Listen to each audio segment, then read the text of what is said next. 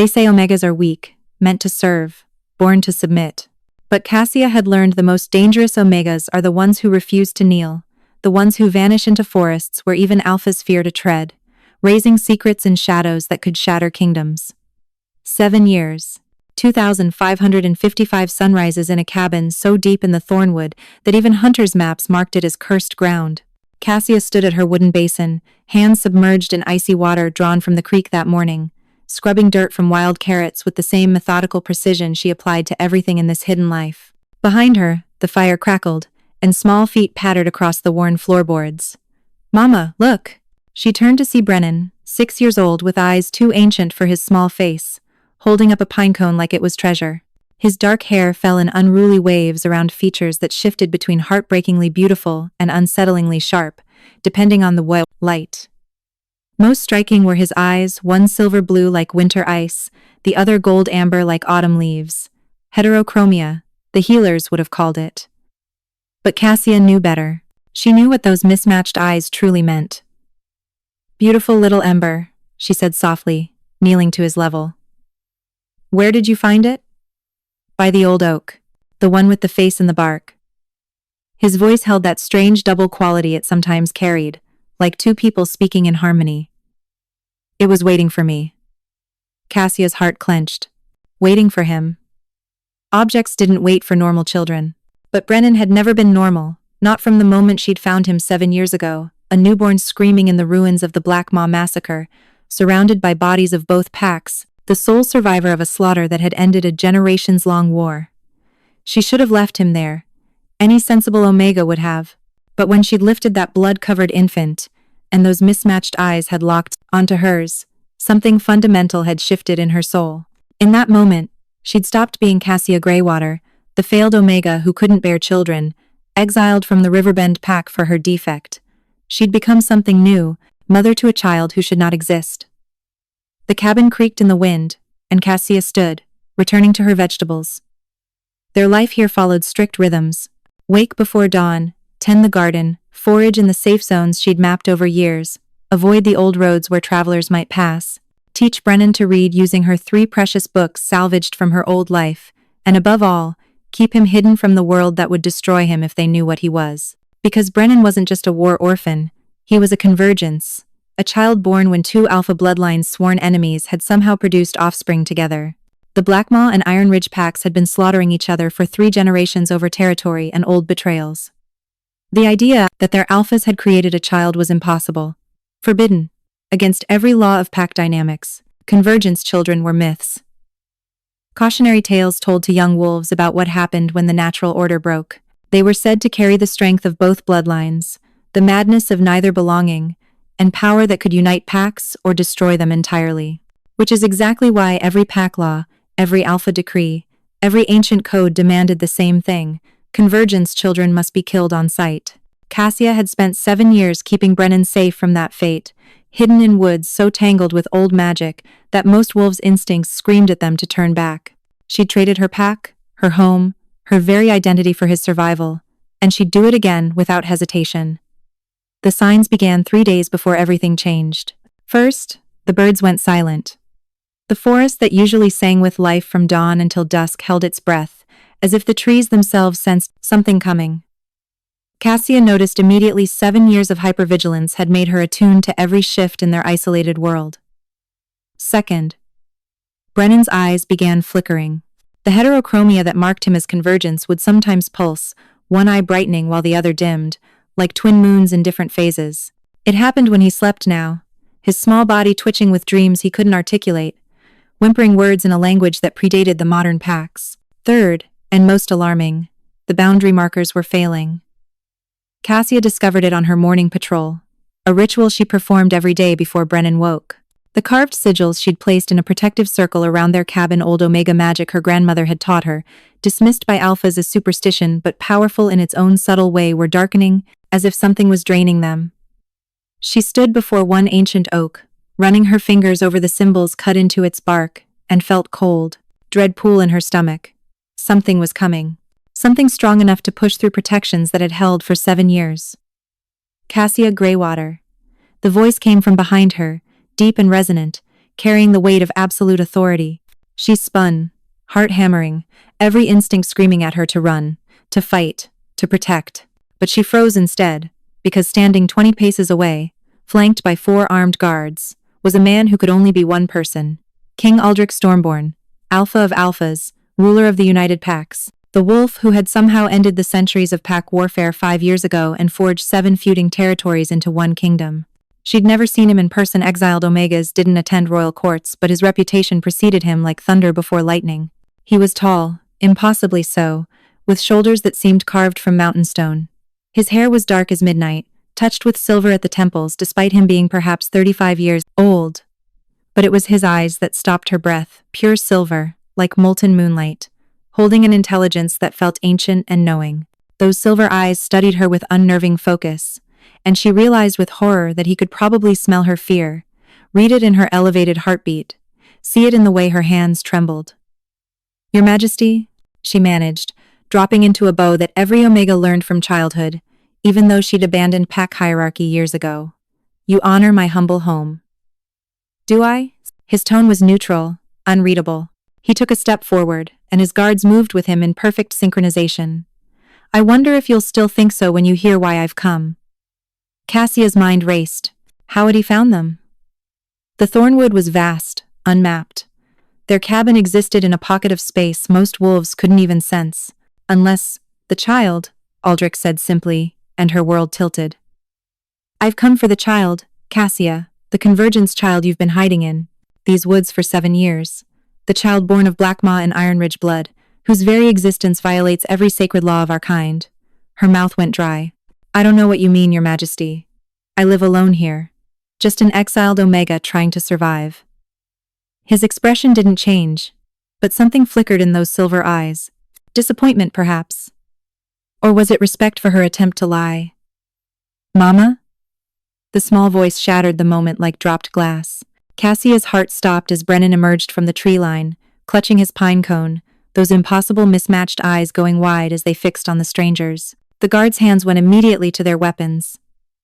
Aldrich raised one hand, stilling them, but his gaze never left Brennan. She watched the Alpha King's face as he took in the heterochromia, the double-toned quality to the child's presence, the way the very air seemed to shimmer around him. "Extraordinary," Aldrich breathed. Then his eyes shifted back to Cassia, and for the first time, she heard emotion in his voice. "We need to talk. Now." Cassia's instincts screamed at her to grab Brennan and run, to shift and disappear into the forest's depths where even a king couldn't follow. But Aldrich's guards had positioned themselves strategically, cutting off escape routes with the precision of soldiers who'd done this many times before. She was trapped. "Brennan, go inside," she said, keeping her voice steady despite the terror clawing at her throat. "But Mama..." Now, the command came out sharper than intended, and she watched him flinch. Guilt stabbed through her fear, but his safety mattered more than his feelings. Brennan's mismatched eyes shimmered with confused tears as he clutched his pine cone and retreated into the cabin. The moment the door closed, Cassia turned to face Aldrich fully. "If you've come to execute him, you'll have to kill me first." "Execute?" Aldrich's eyebrows rose. "Is that what you think I'm here for?" "Every law demands it. Convergence children are abominations, threats to pack stability, genetic impossibilities that must be eliminated." She recited the doctrine bitterly, words she'd heard 1,000 times before her exile. "You're the Alpha King. You enforce the laws. I also make them." He gestured to his guards. "Leave us. Patrol the perimeter." The guards exchanged uncertain glances, but they obeyed, melting into the forest until Cassia and Aldrich stood alone in the small clearing. Without his soldiers, he seemed somehow larger, his presence filling the space like a physical force. "How did you find us?" she asked quietly. 3 months ago, a merchant traveling the old roads reported seeing lights in the Thornwood, where no lights should exist. 2 months ago, hunters found animal kills that showed signs of unusual strength, deer brought down by something small but incredibly powerful. 1 month ago, a passing scout reported hearing a child's laughter from the cursed forest. He took a step closer. "But I knew about the child long before that. I've known since the night of the Blackmaw massacre." Her blood turned to ice. "That's impossible." "Is it?" His silver eyes held hers. I was there, Cassia, leading the peacekeeping force that arrived too late to stop the slaughter. I saw the ruins, counted the bodies, and I saw the tracks. Small Omega feet approaching the carnage, then leaving, deeper impressions on the exit carrying extra weight. A newborn's weight. You've known for 7 years and did nothing? Her voice shook with disbelief. I did what I had to do. I let you take him. Let you hide him. Because sometimes mercy requires patience. He paused, and something complicated crossed his features. And because I needed time to prepare the kingdom for what he represents. What he represents? He's a child, not a symbol. He's both. Aldrich's voice hardened with certainty. He's the biological proof that the old hatreds between Blackmaw and Iron Ridge were surmountable. That 2 alpha bloodlines could create life instead of just taking it. Do you understand what that means? Before she could answer, a sharp crack echoed through the forest. Both their heads snapped toward the sound. Another crack, then another systematic, deliberate. Someone was breaking her boundary markers. Your guards? She asked urgently. They wouldn't. His body tensed, and she saw his wolf rise to the surface, silver bleeding into his eyes until they glowed. Someone else found you. The cabin door burst open, and Brennan stumbled out, his small face contorted with pain. Mama, it hurts! His mismatched eyes were blazing now, pulsing with light. Something's coming, something angry. Cassia ran to him, pulling him against her chest. She could feel it now too, a presence pushing against the forest, malevolent and hungry. Her remaining boundary markers flared and died, one by one, their protection crumbling. Then they emerged from the trees. 5 wolves, larger than normal, their eyes burning with an unnatural red glow. Their fur was matted and stank of decay. At their center walked a figure in tattered robes, face hidden behind a bone mask carved with ancient symbols. Rogue pack, Aldrich growled, moving to stand between the intruders and Cassia, led by a corrupted shaman. The masked figure raised one gnarled hand, and when they spoke, their voice echoed with multiple tones, like many speaking as one. The Convergence child. We have tracked its scent across 7 years. Hand it over, King, and we will grant you mercy. Nothing about you suggests mercy, Aldrich said coldly. The shaman laughed, the sound like breaking bones. We will take the child and consume its power. The strength of both bloodlines, distilled into one vessel. Imagine what we could become. Cassia felt Brennan trembling against her, and she realized with horror that his skin was growing hot, almost feverish. His eyes pulsed, faster, brighter. Mama, I can't hold it, he whimpered. It wants out. Hold what, baby? But even as she asked, she felt it power radiating from him in waves, making the air shimmer. Aldrich's head turned slightly toward them, and she saw understanding flash across his face. His convergence is activating. The threat is triggering his defensive instincts. He raised his voice to the shaman. Leave now, and I'll grant you your lives. You cannot command us, false king. We obey only the old ways, and the old ways demand sacrifice. The corrupted wolves lunged simultaneously. Everything happened in heartbeats. Aldrich shifted mid-motion, his human form exploding into a massive wolf that dwarfed even the corrupted rogues. His fur shone silver-black, and when he roared, the sound carried such alpha dominance that 2 of the attacking wolves actually faltered mid-leap. But the other 3 kept coming, driven by whatever dark magic the shaman wielded. They bypassed Aldrich entirely, vectoring straight for Cassia and Brennan. She had no choice. She shifted too. Her Omega wolf smaller, russet-furred, built for speed rather than power. She grabbed Brennan by the back of his shirt with her teeth and ran, her paws barely touching ground as she fled toward the cabin. Behind her, she heard snarls and tearing flesh as Aldrich engaged the rogues. She made it to the cabin's threshold when pain exploded across her hindquarters. Claws raked through fur and flesh, sending her tumbling. Brennan rolled from her grip, hitting the cabin wall with a sickening thud. No! The word came out human, as she forced a partial shift, standing on 2 legs with her wolf, still partially manifested a painful, unstable state that Omegas could barely maintain. But she needed hands to defend him, needed her human mind to think. The corrupted wolf that had struck her advanced slowly, red eyes fixed on Brennan's prone form. Saliva dripped from its jaws, hissing where it hit the ground.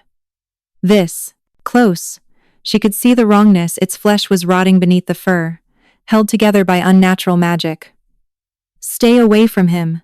She threw herself between them, claws extended, knowing it was hopeless. Omegas couldn't match alphas in combat. She would die here, and then Brennan would be taken, consumed, destroyed. The wolf lunged. Light exploded. Brennan screamed, and the sound wasn't human, wasn't wolf, it was something else entirely. His mismatched eyes blazed like twin suns as power erupted from his small body in concentric waves. The attacking wolf was thrown backward, hitting a tree with such force that the trunk cracked. The other corrupted wolves, still engaged with Aldrich, suddenly froze, their bodies seizing as if caught in invisible chains. The shaman's voice rose in a chant, trying to counter whatever Brennan had unleashed. But the child wasn't done.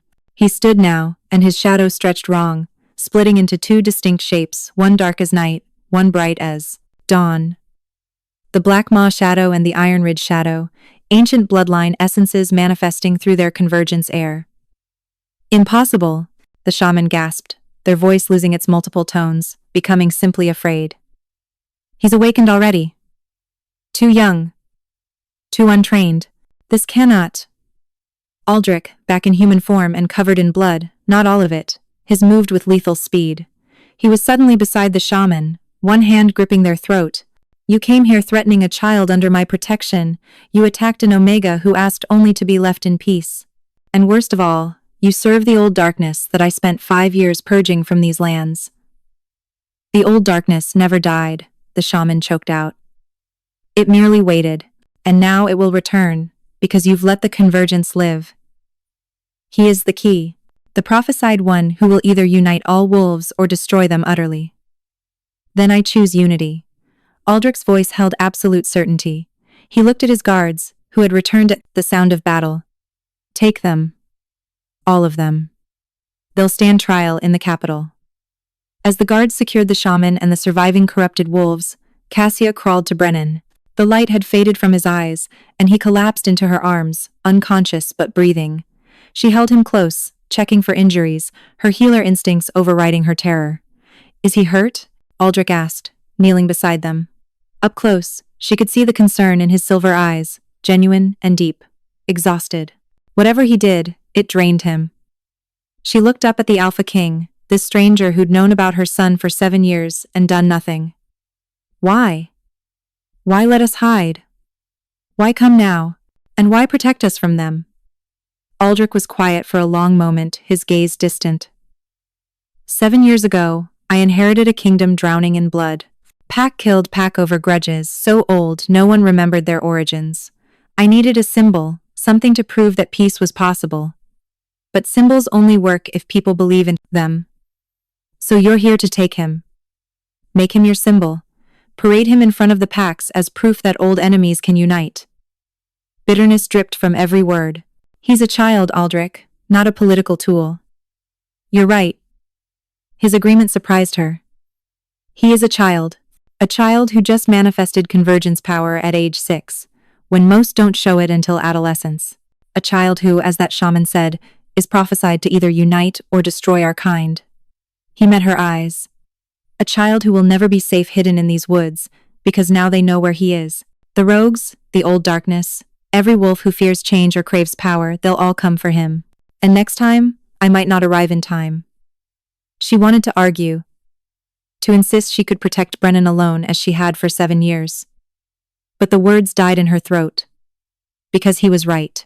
The boundary markers were broken, their location was compromised, and Brennan's power had just announced itself like a beacon to every sensitive wolf within 100 miles. What are you proposing? She asked quietly. Come to the capital. Both of you. You'll have quarters in the palace, protection from my personal guard, and access to trainers who can teach Brennan to control his convergence powers before they tear him apart. He paused. And Cassia, you'll have something you haven't had in 7 years, a community. Pack. I was exiled. I have no pack. Then join mine. The offer hung in the air between them, weighted with implications she didn't have time to unpack. I, Aldrich Stormborn, Alpha of Alphas, offer sanctuary to Cassia Greywater and the child Brennan. None may harm them without answering to me. The formal words of pack acceptance, once spoken, They were binding by every law their kind held sacred. She stared at this man who'd turned her world upside down in less than an hour, trying to read his true intentions. Brennan stirred in her arms, his mismatched eyes opening slightly. "Mama, is the angry thing gone?" "Yes, little Ember, it's gone." She kissed his forehead, then looked back at Aldrich. "If I agree, what guarantees do I have that he won't be used, exploited, or hurt? My word is Alpha King. And..." He hesitated, then continued. "And my word is someone who understands what it means to be different, to carry power that others fear." There was a story there, she realized, something in his past that made him sympathetic rather than threatened by Brennan's existence. But that would have to wait. She thought of 7 years in isolation, 7 years of fear, of looking over her shoulder, of teaching Brennan to hide what he was, 7 years of knowing that one day someone would find them, and she wouldn't be strong enough to protect him. That day had come. "We'll go with you," she said finally. "But if anyone tries to hurt him, king or commoner, I will end them, Omega or not." Aldrich's lips curved into something that might have been a smile.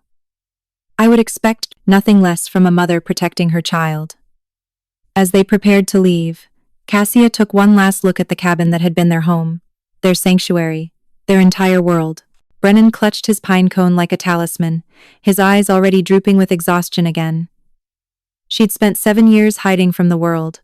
Now, ready or not, they were walking straight into its center. The journey to the capital took 3 days, though it should have taken 5. Aldrich set a brutal pace, his urgency making clear that he considered them still in danger. Cassia rode on horseback with Brennan nestled against her chest, the child sleeping more than waking as his body recovered from the power expenditure. The Alpha King's entourage moved like a military operation, scouts ranging ahead, guards in rotating positions, never the same formation twice. Cassia recognized the pattern. They expected attack. On the second night, camped in a fortified clearing, she finally got answers. "There's something you need to understand about what we're facing," Aldrich said, sitting across from her at the fire while Brennan slept in a protected tent behind them. "The shaman you encountered wasn't acting alone. They're part of something called the Covenant of the First Moon." The name meant nothing to her, but his expression said it should. "What is that?" "An extremist faction that believes we've strayed too far from the old ways. They reject the unified kingdom, reject peace between packs, and most importantly, they reject the idea that wolves can evolve beyond their ancient blood feuds." He poked at the fire with a stick, sending sparks spiraling. "They've been operating in the shadows since I took the throne, sabotaging peace efforts, assassinating key figures who support unity. And they want Brennan because the prophecy about convergence children goes both ways. He could unite our kind or tear it apart from within. The Covenant wants to ensure it's the latter. They plan to corrupt him, twist his power, and use him as a weapon to destroy everything I've built." Cassia felt cold, despite the fire's heat. How would they corrupt him? Ancient rituals. Blood magic. The same dark practices that created those corrupted wolves you saw. His silver eyes met hers in the firelight. "They believe that if they can bond Brennan to their cause before his convergence fully manifests, they can shape what he becomes, turn him into their perfect destroyer. That's why you couldn't just leave us in the woods anymore." Understanding clicked into place. The attack wasn't random. It was a test. They wanted to see if the rumors were true, if a convergence child really existed. And now they know. Aldrich's jaw tightened. "Which means they'll come with everything they have. Not just rogues and corrupted shamans, but infiltrators, spies, possibly even wolves within my own court who secretly serve their cause." A new fear seized her. "How can you trust anyone? If they've infiltrated your court..." "I can't. Not entirely." He looked away, and for the first time, she saw the weight he carried. An Alpha King who couldn't fully trust his own pack. "But I have a few wolves I'd stake my life on, and I have advantages the Covenant doesn't know about." "Like what?" He was quiet for a long moment, then reached into his shirt and pulled out a pendant on a leather cord. It was a small stone, perfectly round, that seemed to shimmer between silver and gold. "Do you know what this is?" Cassia leaned closer, and her breath caught. She'd seen something like it once, in a book her grandmother had shown her. "That's a lunar stone. They were supposed to be extinct, destroyed during the purge of the moon blessed." "Most were. This is one of 3 that survived. His fingers closed around it. It allows me to sense corrupted magic within a certain radius. That's how I knew the shaman was using dark practices. It's how I've been rooting out Covenant members for years. But you still can't find them all. No. They're too careful. Too patient. He tucked the stone away. Which is why I need to keep Brennan close. If I can protect him until his convergence fully manifests and he learns to control it, he becomes too powerful for them to corrupt. The window of vulnerability is narrow, maybe 2 or 3 years. 2 or 3 years of constant vigilance. Of never knowing who might be an enemy. Of watching her son become a target for forces she barely understood. There's something else you should know, Aldrich continued. The Covenant has a secret weapon, an Omega they call the Whisperer. Cassia's blood chilled at the word. What does that mean? Exactly what it sounds like. An Omega with the ability to influence thoughts, plant suggestions, manipulate emotions. They're one of the moon-blessed wolves, born with supernatural gifts beyond normal wolf abilities. The Covenant has been using the Whisperer to turn wolves against the United Kingdom, to sow discord and doubt. An Omega working with them willingly? She couldn't keep the disgust from her voice. Omegas were supposed to be nurturers, healers, peacekeepers. Willingly or not, I can't say. The moon-blessed are rare, and their powers make them valuable. The Covenant might be controlling them somehow. He looked at her intently. But you see why I'm telling you this. When we reach the capital, you need to be careful who you trust. The Whisperer could be anyone. They could make you believe things that aren't true, feel loyalties that serve their agenda. How do you defend against that? The lunar stone helps, but it's not perfect. Mostly, you trust your instincts. If something feels wrong, if someone's behavior seems off, if you find yourself suddenly doubting things you were certain about, tell me immediately. Cassia processed this information, each piece adding weight to her growing dread. They weren't just walking into a palace. They were walking into a war zone, where the enemies wore friendly faces and the weapons were invisible. Why are you doing this? She asked suddenly. You could have left us in the woods. Let the Covenant waste resources searching. Instead, you're painting a target on your own back by bringing us into your home. Why? Aldrich was quiet for so long she thought he wouldn't answer. Finally, he said, because I know what it's like to be different. To have power that others fear rather than respect. To wonder if you're a blessing or a curse. Your eyes, she realized. They're silver. Not the normal gold of alpha wolves. You're moon-blessed too. Was? My gift manifested when I was 12, the ability to sense truth from lies. It helped me survive the political machinations that killed my father. But it also made me realize how many lies hold our society together, how much of pack hierarchy is built on deception.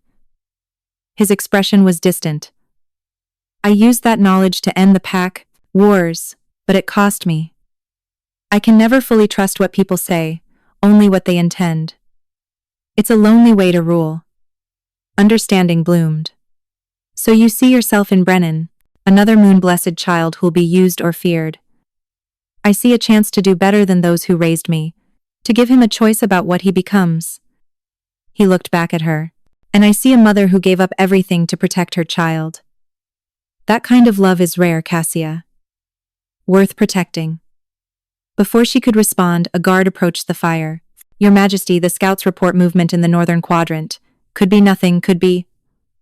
I'll check it myself. Aldrich rose smoothly. To Cassia. Stay with Brennan. Don't leave the tent circle. He disappeared into the darkness with the guard, leaving her alone with the crackling fire and her racing thoughts. She checked on Brennan, finding him still deeply asleep, his mismatched eyes moving beneath closed lids as he dreamed. She brushed hair from his forehead, her heart aching with protective fury. He was so small, so innocent. He didn't deserve to be a prophesied weapon, or a symbol, or a target. I won't let them take you, she whispered. I don't care what prophecies say or what powers you have. You're my son, and I will burn down anyone who tries to use you. A sound made her turn sharply. A figure stood at the edge of the firelight, a woman, small and unassuming, with kind eyes and a gentle smile. Forgive me, the woman said softly. I'm Morel, one of the camp healers. I brought herbs for the child, in case he wakes with nightmares. The power expenditure often causes troubled sleep. Something about her felt off, but Cassia couldn't pinpoint what. The woman's posture was submissive, properly Omega. Her scent carried nothing threatening, yet. That's thoughtful, Cassia said carefully, not moving closer. You can leave them by the fire. Morel took a step forward, and Cassia's instincts screamed. Actually, it would be better if I showed you how to prepare them. It's quite particular, and, no. The word came out harder than intended. Leave them and go. The kind expression didn't change, but something flickered in those gentle eyes. Something cold. Of course. How silly of me. I wouldn't want to intrude on a mother's time with her child. She set a small pouch by the fire and retreated into the darkness. Cassia's heart pounded. Had that been the whisperer? Or was she being paranoid, seeing threats in every shadow? When Aldrich returned minutes later, she told him about the encounter. His expression darkened. We have no healer named Morel in this company. He immediately called for his guards, but they found nothing. No trace of the woman. No extra scent trails. Nothing. The herb pouch, when examined, contained wolfsbane mixed with sleeping powder. Enough to kill a child Brennan's size. They're already here, Aldrich said grimly, staring at the pouch. And they're closer than I thought. That night, Cassia didn't sleep. She held Brennan close and watched the shadows, wondering which darkness would strike next. They reached the capital at sunset on the third day, and Cassia's breath caught at her first glimpse of Silver Peak City. Built into the mountainside in terraced levels, the city gleamed with white stone that reflected the dying light like captured moonbeams. At its peak stood the palace, a sprawling complex of towers and walls that seemed to grow from the mountain itself. Banners bearing Aldrich's sigil, a silver wolf beneath crossed moons, flew from every tower. But what struck her most was the diversity. As their entourage passed through the city gates, she saw wolves of every pack, mingling freely. Blackmaw and Iron Ridge, ancient enemies, standing side by side in market stalls. Smaller packs she'd never heard of mixing with the larger ones. Omegas walking without fear, betas engaging in trade, alphas of different bloodlines, sharing drinks at street-side taverns. This was Aldrich's achievement. 7 packs that had been slaughtering each other for generations, now living as one. It's beautiful, she whispered. Beside her on horseback, Aldrich's expression softened. It's fragile. One wrong move, one political failure, and old hatreds could reignite like wildfire. His eyes scanned the crowds with constant vigilance. That's why Brennan matters so much. He's living proof that the old divisions can be overcome. Brennan, finally awake and alert, stared wide-eyed at everything. Mama, why are there so many people? Because they've learned to live together, little Ember. She hugged him tighter. Different packs, one city. They climbed through the city levels, each one more impressive than the last, until they reached the palace gates. Guards in polished armor snapped to attention as Aldrich approached, and the massive iron gates swung open. Inside, the palace was chaos. A woman in elegant robes rushed forward, her gray-streaked hair pulled back in a severe bun. Your Majesty, thank the moon you're back. The council has been in an uproar. Lord Fenric is demanding answers about your sudden departure, and Lady Vara claims. She stopped abruptly, her eyes landing on Cassia and Brennan. Who are they? My guests, Counselor Thea. Aldrich's tone brooked no argument. Prepare rooms in the royal wing. They're to have full protection. Thea's eyes narrowed as she studied Brennan, and Cassia saw the exact moment recognition sparked. Your Majesty, is that? A discussion for the council chamber, later. He dismounted smoothly. For now, they need rest and food. See to it. More figures emerged from the palace, nobles in fine clothing, servants in livery, guards taking position, all eyes fixed on the newcomers, and Cassia felt the weight of their scrutiny like physical pressure. A tall man with a scarred face pushed forward. Aldrich, the rumors are already spreading. They're saying you found a convergence child. The council needs answers before panic sets in. Then call an emergency session for tonight, Lord Fenric. Aldrich's voice carried the alpha command that made even the scarred lord step back. But first, allow me to see my guests settled. He led them personally through corridors that seemed designed to confuse, past tapestries depicting ancient pack histories, through halls where servants stopped to stare. Cassia kept Brennan close, feeling increasingly like prey surrounded by predators. They reached a suite of rooms, in what Thea had called the royal wing chambers, with more space than their entire cabin, furnished with luxury Cassia had almost forgotten existed. Floor-to-ceiling windows overlooked the city, and a private bathing room connected to the bedroom. "This is too much," she protested. "This is necessary." Aldrich checked the room systematically, examining locks and windows with a warrior's eye.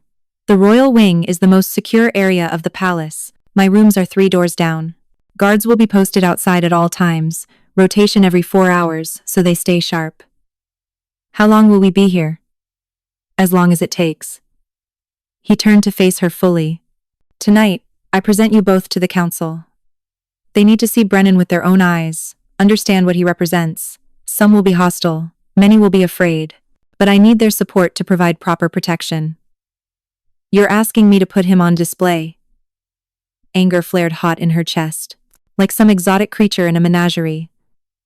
"I'm asking you to trust me." His silver eyes held hers with intensity. "I know how it looks, but the alternative is letting rumors fester until they become something worse. Better to control the narrative than let it control us." Brennan tugged on her sleeve. "Mama, I'm hungry." The simple need cut through the tension. Aldrich's expression softened immediately. "Of course. I'll have food brought up." He moved toward the door, then paused. "Cassia, at the council meeting tonight, there will be questions. Personal questions about where he came from, how you found him. Are you prepared for that? Are you asking if I'll lie? I'm asking if you're ready to tell a truth that will change how people see you. An Omega who saved a Convergence child isn't just compassionate, she's dangerous to those who want the old ways preserved." She looked at Brennan, who was already exploring the room with childish wonder, touching velvet curtains and testing the softness of the bed.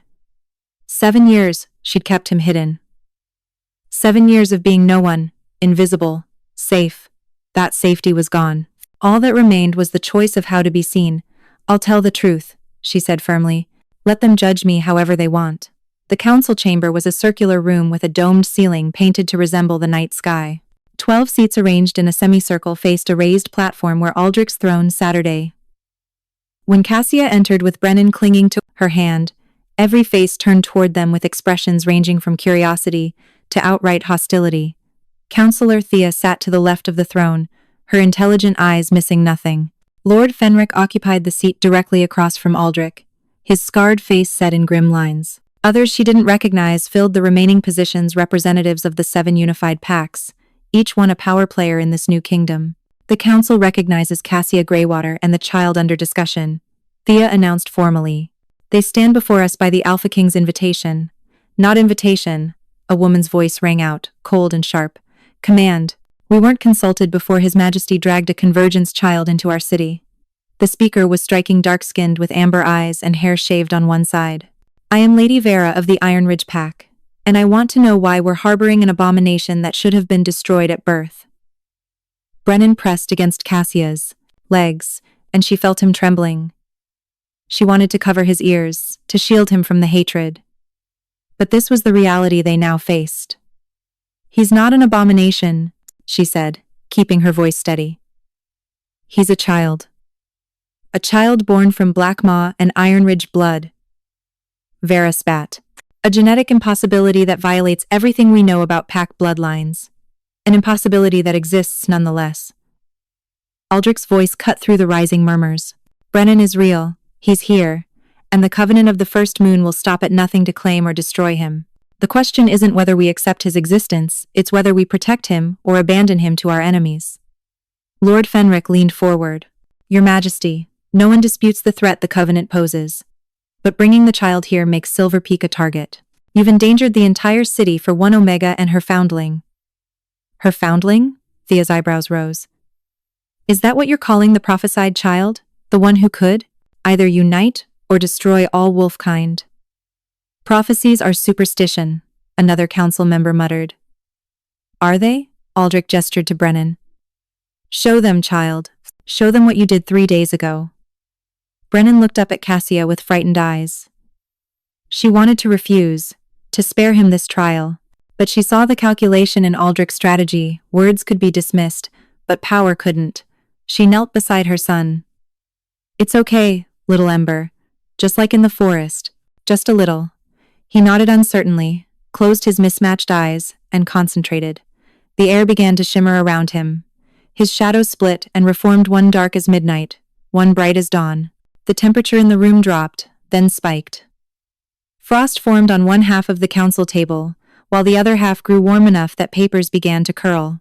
The council members recoiled, several standing, hands going to weapons that weren't there. "Enough," Aldrich said gently, and Brennan immediately stopped, collapsing against Cassia with exhaustion. The silence that followed was deafening. "That," Aldrich said quietly, "is what the Covenant wants to corrupt and control. That power, at age 6, barely trained and completely raw. Imagine what he'll be capable of when fully grown." He let that sink in.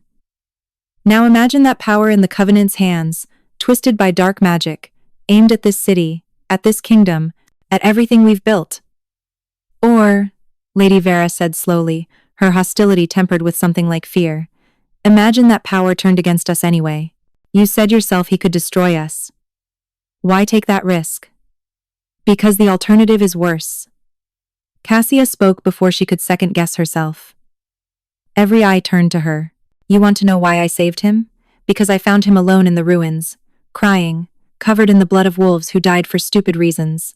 Because I was exiled from my pack for being defective, for not being able to bear children. And suddenly here was this child who needed me."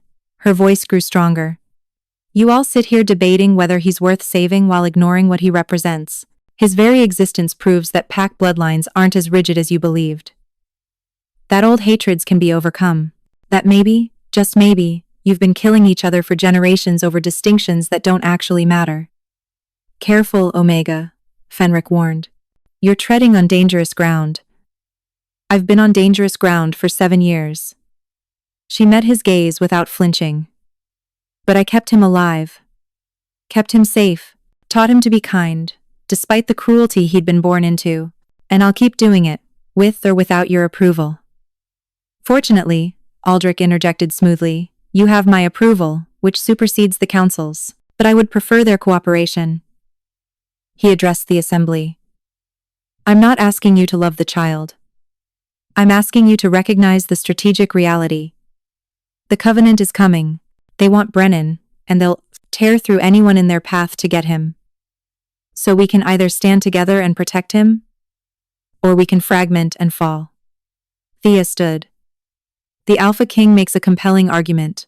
I move that we grant the child sanctuary and provide protection resources."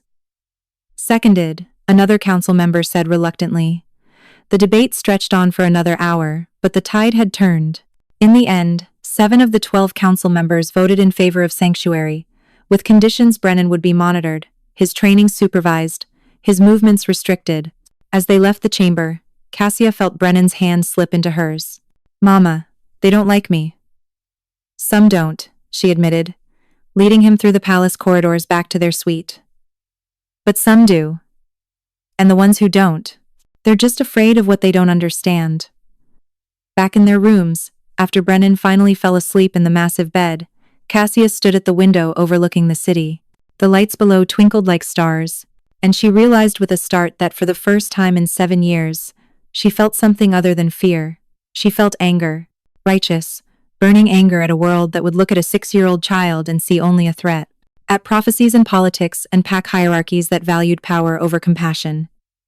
"You did well tonight." Aldrich's voice came from the doorway. She hadn't heard him enter. "Did I? I basically called the council ignorant to their faces.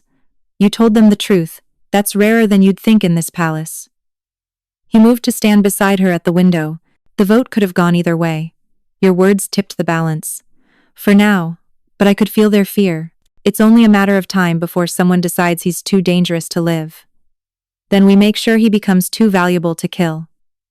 Aldrich's reflection in the window was serious. Starting tomorrow, his training begins. Not just control of his convergence powers, but etiquette, politics, diplomacy. If he's going to survive in this world, he needs to be more than powerful. He needs to be indispensable. Cassia turned to face him directly. You're asking me to turn my son into a political tool after all. I'm asking you to give him the skills to protect himself when I'm not there. When you're not there. His voice was raw. Because the greatest threat to Brennan isn't the Covenant, Cassia. It's what he might become if we fail to guide him properly. That power you saw tonight? That's nothing compared to what he'll wield at full maturity. If he's not taught control, taught purpose, taught compassion, the prophecy about him destroying our kind might fulfill itself.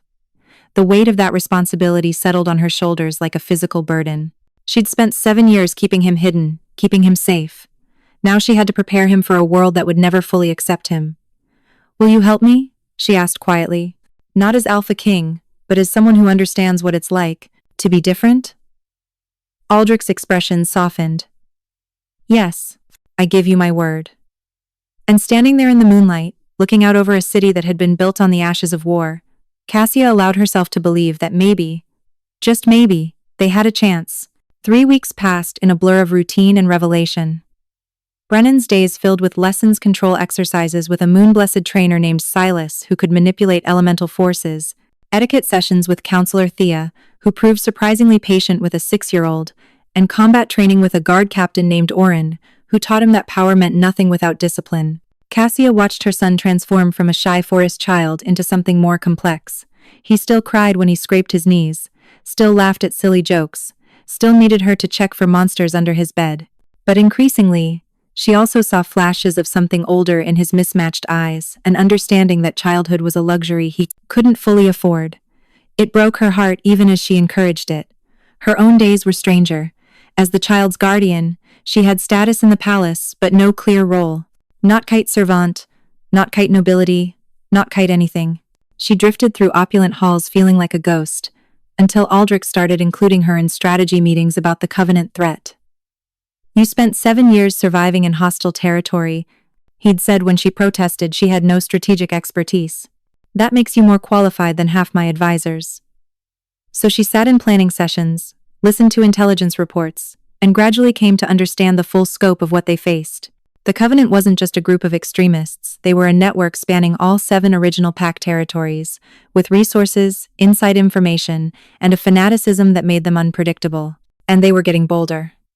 Small incidents plagued the palace, a tainted food delivery meant for Brennan, a training accident that nearly killed Silas, mysterious fires in the archives where ancient texts about Convergence children were stored. Each incident was subtle enough to maintain plausible deniability, but the pattern was clear. The Whisperer was here, working from inside. We need to draw them out, Aldrich said one evening, pacing his private study where he'd called an emergency meeting. Present were Cassia, Thea, Fenric, Oren, and a few other trusted advisors. This death by 1,000-cut strategy is working. They're eroding confidence, making people paranoid, turning wolves against each other. Drawing them out means using bait, Fenric said grimly. And we all know what the best bait would be. Absolutely not. Cassia's voice was steel. You are not using Brennan as bait. I wouldn't suggest it if I saw any other way. Aldrich stopped pacing to face her. But think about it, they want him. As long as they're creeping around the shadows, we're reactive, always one step behind. If we control the encounter, set the terms. You're talking about deliberately putting my son in danger. He's already in danger. Aldrich's composure cracked slightly. At least this way, we choose the time and place. We prepare. We surround him with our best fighters. We use a child as bait, Cassia finished coldly. Dress it up however you want, that's what you're proposing. Actually, Thea interjected carefully, there might be a middle path. The Spring Convergence Festival is in 2 days. It's a public celebration, where all pacts come together, the anniversary of the kingdom's founding. His Majesty always makes an appearance. You want me to parade Brennan in front of the entire city? Cassia looked at her incredulously. I want to make it impossible for the Covenant to act without exposing themselves.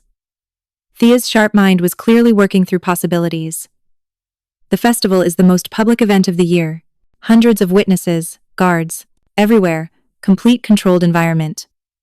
If the Whisperer tries something during the festival, they'll have to reveal themselves to do it. Oren nodded slowly. It could work. We triple the guard presence, position trusted wolves throughout the crowd, have spotters on every rooftop. The Covenant would have to commit significant resources to make a move in those conditions.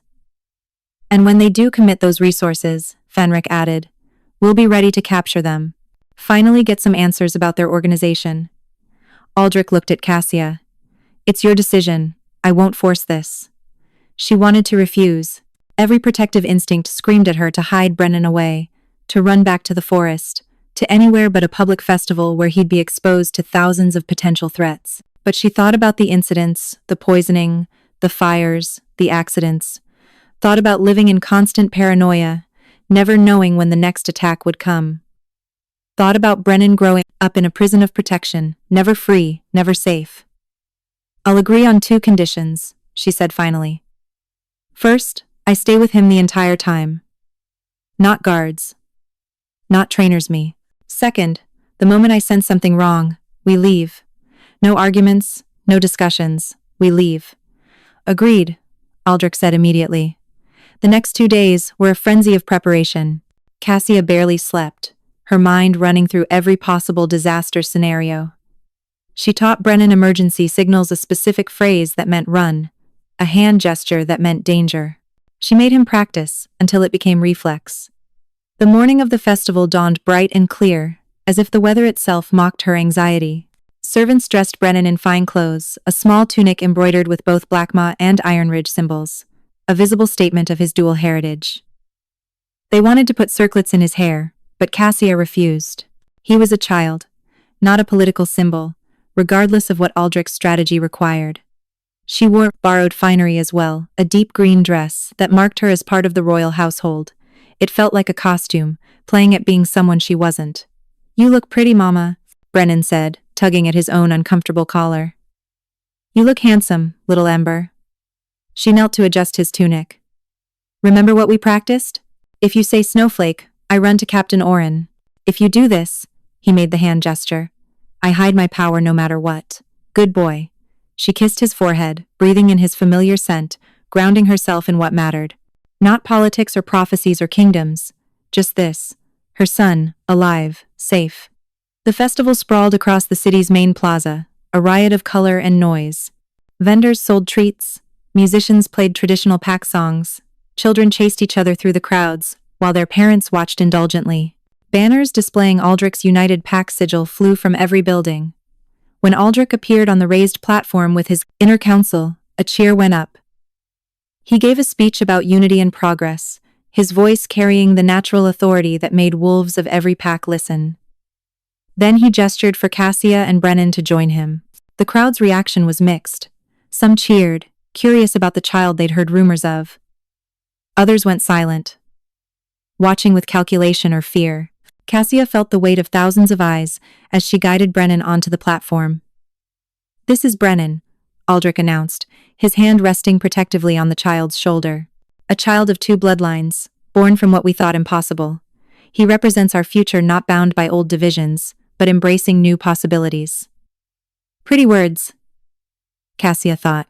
But she saw the tension in the crowd, the clusters of wolves whose expressions held only hostility. The ceremony continued. Traditional blessings from pack elders, symbolic offerings to the moon goddess, a renewal of pack bonds. Throughout it all, Brennan stood quietly, his mismatched eyes taking in everything with an intensity that seemed beyond his years. Then came the public greeting where citizens could approach the platform to offer respects to the Alpha King. A line formed. Mostly well-wishers and opportunists, seeking favor. Aldrich greeted each with practiced courtesy, while guards scrutinized everyone who approached. An elderly woman reached the platform, leaning heavily on a cane. She smiled at Brennan with genuine warmth. Such a beautiful child. May I offer him a blessing? Something felt wrong. Cassia couldn't pinpoint what the woman's scent was normal, her posture non-threatening, but instinct screamed danger. That's kind, but... Cassia began. The woman reached out and touched Brennan's forehead. May you find what you're searching for. Brennan gasped. His eyes rolled back, and he collapsed. Brennan! Cassia caught him as chaos erupted. Guards surrounded them. Aldrich shouted orders, and the elderly woman disappeared into the scattering crowd with impossible speed for someone supposedly frail. He's not breathing, Cassia cried, laying Brennan flat.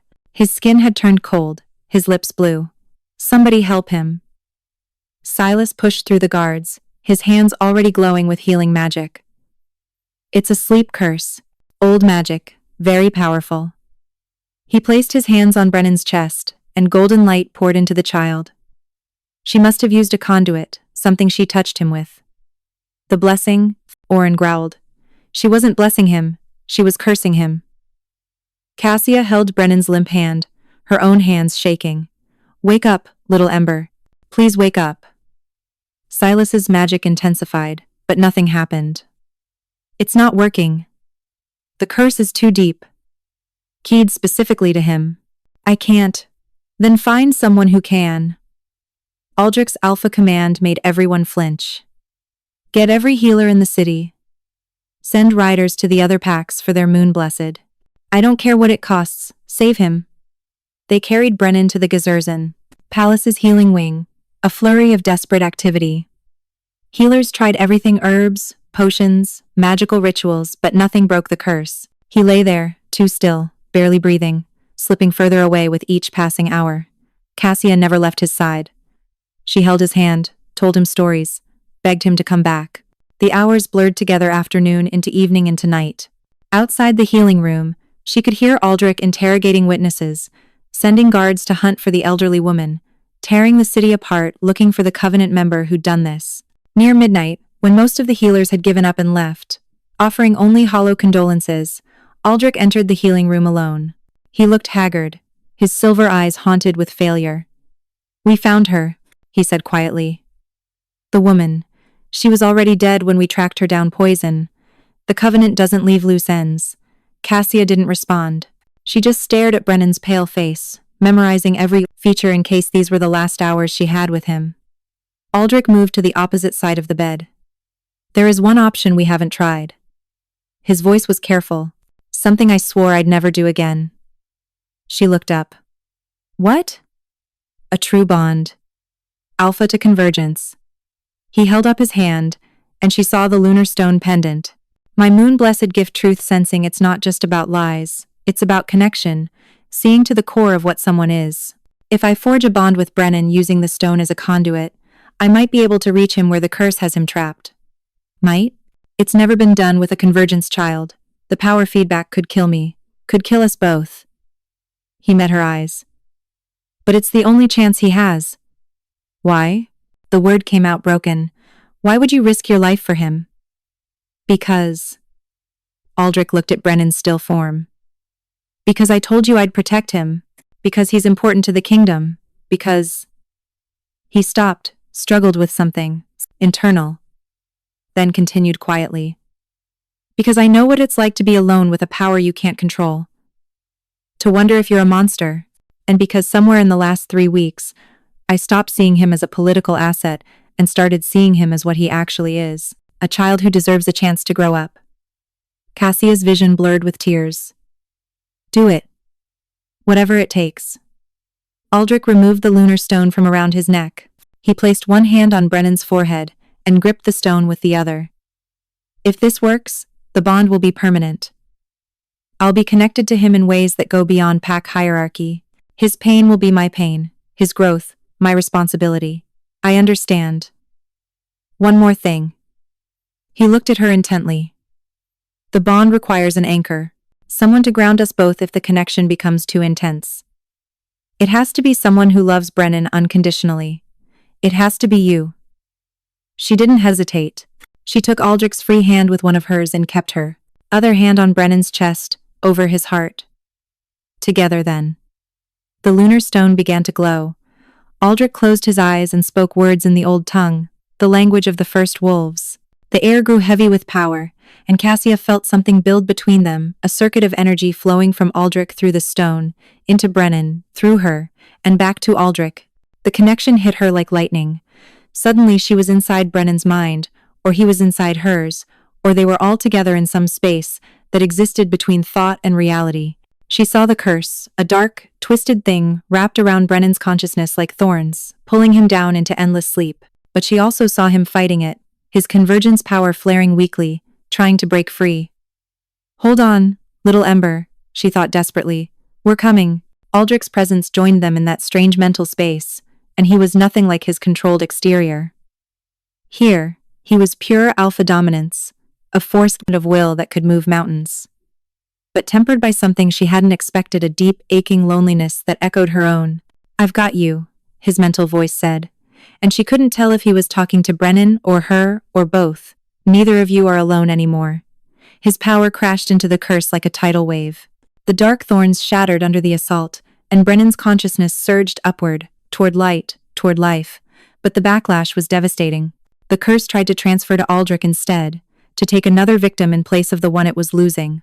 Cassia felt it happening, and through her own power, the subtle, persistent strength that had kept them alive through 7 years of hiding between the curse and Aldrich. It wasn't much, just an Omega's gift for healing and endurance, but it was enough. The curse broke, dispersing into nothing.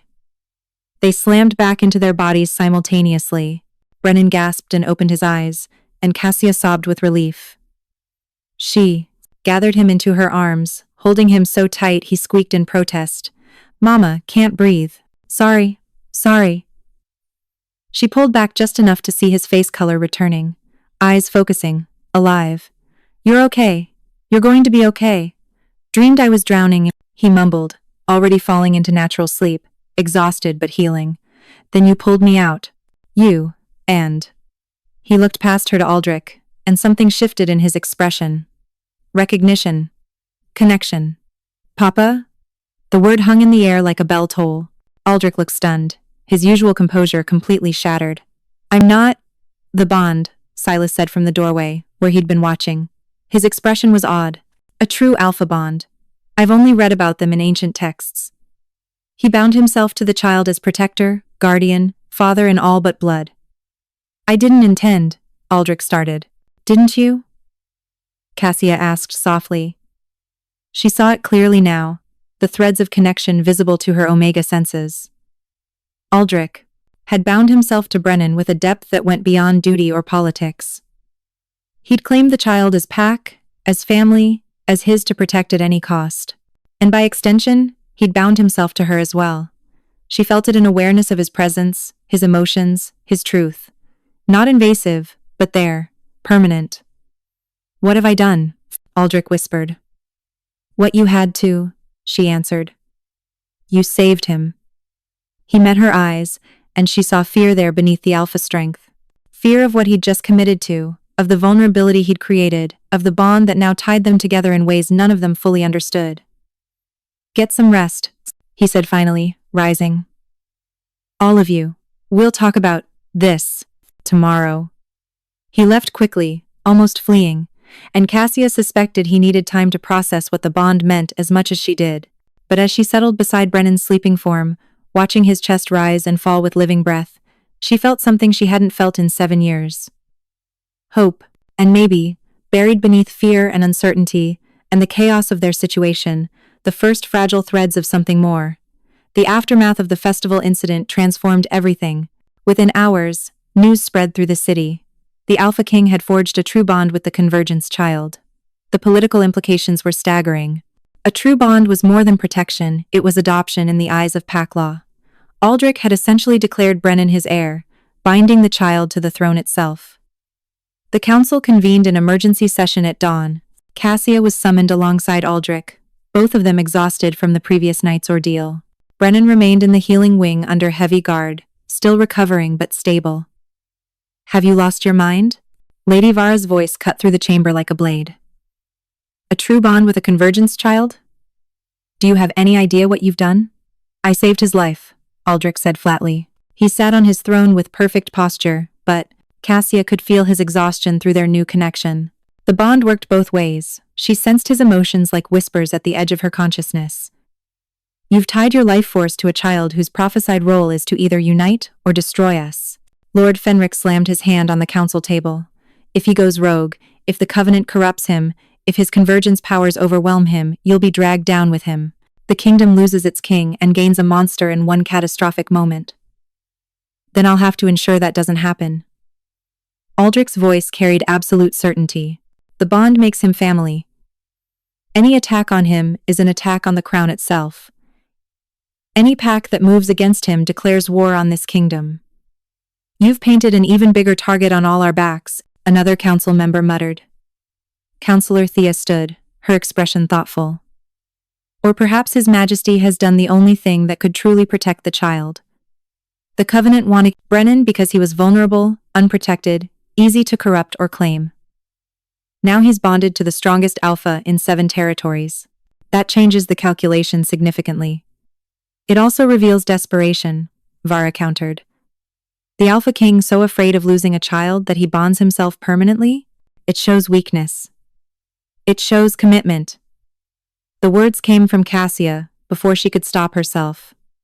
Every eye turned to her, and she felt the familiar weight of being judged. But the bond had done something to her too, given her a confidence she'd lacked before. You all sit here debating politics while a child nearly died yesterday. Alpha King Aldrich did what any decent person would do. He saved him. And bound himself in the process, Vara said.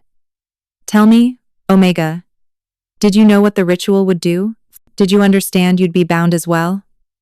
I can smell it on you, the Alpha's mark, faint but present. You're connected now, too. Cassia felt her face flush. She'd noticed that the way Aldrich's scent clung to her now, marking her as pack in ways that went beyond normal hierarchy. I understand enough. Do you? Vera's smile was cold. You've gone from exiled nobody to the Alpha Kings. What exactly? You're not his mate, that bond is different. But you're not just the child's guardian anymore either. You exist in this strange liminal space, neither servant nor nobility, neither pack nor outsider. She's family, Aldrich said, his voice hard. The bond recognizes her as co-guardian. That gives her status in this court, whether you like it or not. Status she's done nothing to earn, Fenric muttered. She kept a convergence child alive for 7 years when every force in the kingdom wanted him dead. If that doesn't earn status, what does? Aldrich's alpha dominance rolled through the chamber, making several council members flinch. This debate is over. The bond is permanent and non-negotiable. The only question is whether you'll support it or fight it. And if we fight it? Vara challenged. Then you're no longer part of my council. The threat was clear and absolute. I don't have time for wolves who can't adapt to new realities. The Covenant is growing bolder, and yesterday proved they have access to powerful magic users. We need unity, not infighting. Thea spoke into the tense silence. Perhaps we should focus on the immediate threat. The woman who cursed Brennan, she wasn't just Covenant. She was moon-blessed, powerful enough to craft a curse that nearly killed him despite his convergence strength. That suggests the Covenant has resources we haven't accounted for. Agreed. Aldrich straightened in his throne. Which is why I'm declaring a state of heightened security. All moon-blessed in the city will be registered and monitored not as prisoners, but as potential targets or infiltrators. The Covenant is clearly recruiting or coercing them. That will be hugely unpopular, Fenric warned. I don't govern by popularity. Aldrich's expression was grim. I govern by necessity. And right now, we're at war whether we want to admit it or not. The council session dragged on for hours, hashing out security protocols and political damage control. By the time Cassia was finally released, she felt wrung out and hollowed. She made her way back to the healing wing, desperate to see Brennan. But she found Aldrich already there, sitting beside the child's bed, watching him sleep. The Alpha King looked different in this moment, not powerful or commanding, just tired and worried. How is he? Cassia asked softly. Healing. Silas says he'll make a full recovery. Aldrich didn't look away from Brennan's face. I keep thinking about what would have happened if the bond hadn't worked. If I'd been too late. But you weren't. She sat on the bed's opposite side, taking Brennan's small hand in hers. You saved him. This time. His silver eyes finally met hers. But the Whisperer is still out there. The Covenant is still plotting. And now that I've bound myself to him, they'll come with everything they have. Because killing Brennan means killing me, and killing me means the kingdom falls apart. Is that what the bond means? Your deaths are linked? Not quite so direct. But our fates are intertwined now. If his convergence powers spiral out of control, they'll pull at me through the bond. If I'm severely injured or weakened, it will affect him. He rubbed his face wearily. Silas explained it all in technical terms I barely understood. The short version is, we're family now, in the most literal magical sense. And me? Cassia asked quietly. Vara was right. I can feel your presence. Sense your emotions sometimes. What does that make me? Aldrich was quiet for a long moment. The bond needed an anchor. Someone who loved Brennan unconditionally, to ground the connection. You are that anchor, but it means you're part of the bond structure. Not as deeply tied as Brennan and I, but connected. Is that why I can feel your exhaustion right now? Your fear? He looked startled. You can feel that? It's faint, but yes. She studied his face, seeing past the alpha mask to the man beneath. You're terrified. You made the wrong choice. Afraid the council is right, and you've doomed the kingdom by binding yourself to him. Get out of my head, he said, but there was no heat in it, just resignation. It's not really your head, more like emotional echoes. She squeezed Brennan's hand gently. For what it's worth, I don't think you made the wrong choice. You made the human choice, the compassionate one. Compassion is a luxury kings can't always afford. Maybe that's exactly what's wrong with kings. That earned her a surprised laugh, short but genuine. You're dangerous, you know that? You say things that would get others thrown in dungeons. What are you going to do, exile me? Been there. She smiled slightly. Besides, the bond means you're stuck with me now. Might as well get used to brutal honesty. Brennan stirred between them, his mismatched eyes fluttering open. Mama? Papa? The words came sleepily, without thought, just innocent recognition of the two people who'd pulled him from darkness. Cassia's breath caught at hearing him call Aldrich Papa again. She glanced at the Alpha King and saw complex emotions flicker across his face, longing, fear, acceptance, all at once. I'm here, little Ember, she said softly. We both are. Hungry. Brennan mumbled. That's a good sign. Aldrich stood quickly, almost gratefully seizing on the practical need. I'll have the kitchen send up something suitable for invalids. Broth, bread, nothing too heavy. He left with more haste than necessary, and Cassia understood. The bond had forced a vulnerability on him that he wasn't prepared for, made him a father when he'd only intended to be a protector, made him care in ways that went beyond political calculation. It would take time for him to adjust. For all of them to adjust. But as she helped Brennan sit up, watched his color returning, and his strength rebuilding, she felt certain of one thing. Whatever came next, they would face it together. Not as king and subject, not as alpha and omega, but as something new. A family forged not by blood, but by choice and sacrifice and bonds that ran deeper than any prophecy. They gave Brennan 1 week to recover before the Covenant struck again. The attack came at dawn, when the palace was at its most vulnerable, guard shifts changing. Servants beginning their rounds, the city just stirring to life. Cassia woke to the sound of screams and the acrid smell of smoke. She was out of bed instantly, running to Brennan's adjoining room. He stood at the window, mismatched eyes wide with fear, watching flames engulf the eastern wing of the palace. Mama, what's happening? Get away from the window. She pulled him back, her mind racing. This wasn't a subtle infiltration like before. This was a direct assault. Which meant her door burst open. Not guards, but 3 wolves she'd never seen before, their eyes glowing with the same red corruption she'd seen in the forest rogues. Behind them stood a figure in dark robes, face hidden behind a silver mask. The child, the masked figure said, their voice distorted. Hand him over, and the Omega lives. Cassia shifted partially, claws extending, placing herself between Brennan and the intruders. You'll have to go through me. How tedious. The masked figure gestured, and the corrupted wolves lunged. Cassia fought with the desperation of a mother protecting her young. Her Omega wolf was smaller, weaker, but faster. She ducked under snapping jaws, raked claws across exposed flanks, used furniture as weapons and shields. But 3 against 1, she was being overwhelmed. A corrupted wolf got past her defenses, heading straight for Brennan. She screamed, knowing she couldn't reach him in time. The wolf exploded backward, hitting the wall with bone-crushing force. Brennan stood with his hands raised, his eyes blazing with convergence power. But something was wrong. The power flickered erratically, responding to his fear rather than his control. Bad dogs, he shouted, and another wave of force rippled outward, shattering windows and cracking stone. Stop, Cassia cried. Brennan, you have to control it. But he was too frightened, too young. The power kept building, wild and dangerous. The masked figure laughed behind their disguise. Perfect. The child loses control, destroys part of the palace, maybe kills his beloved mama. What a tragedy. What excellent propaganda for our cause. The door exploded inward. Aldrich charged through in full alpha form, massive, silver-furred, radiating dominance that made even the corrupted wolves hesitate. He took in the situation instantly. Cassia bleeding from multiple wounds, Brennan's power spiraling out of control, the masked intruder orchestrating it all. Brennan, listen to my voice.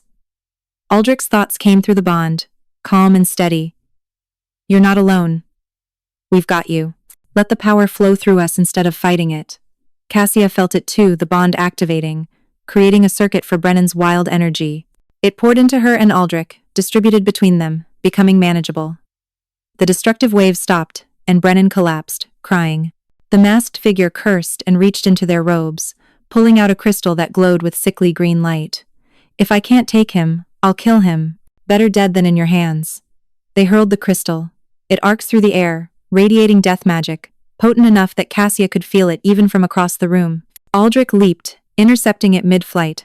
It exploded on contact, and he crashed to the ground, his silver fur smoking. No! Cassia's scream was raw. Through the bond, she felt his pain agonizing, all-consuming. The death magic was burning through him, trying to stop his heart. The masked figure fled, and their corrupted wolves followed.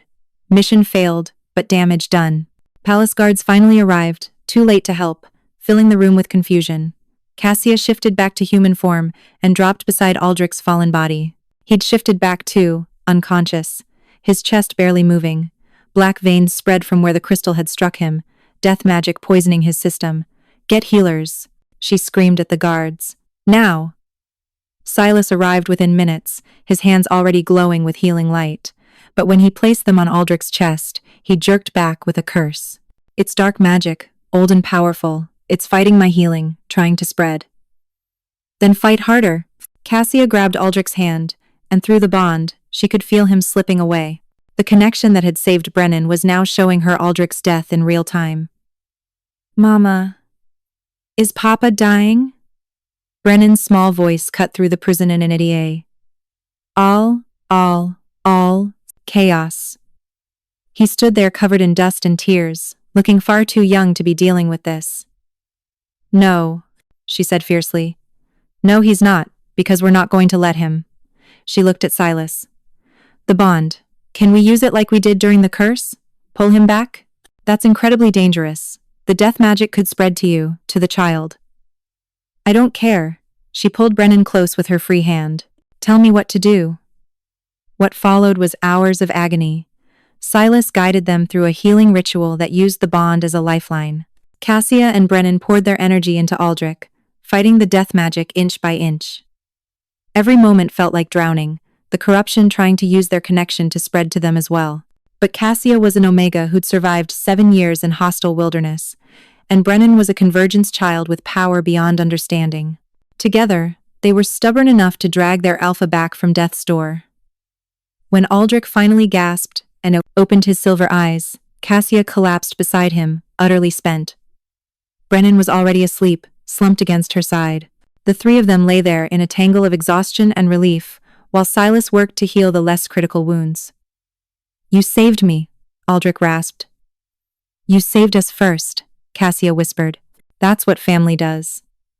He closed his eyes, and through the bond, she felt his overwhelming gratitude mixed with something deeper, something that made her heart race despite her exhaustion.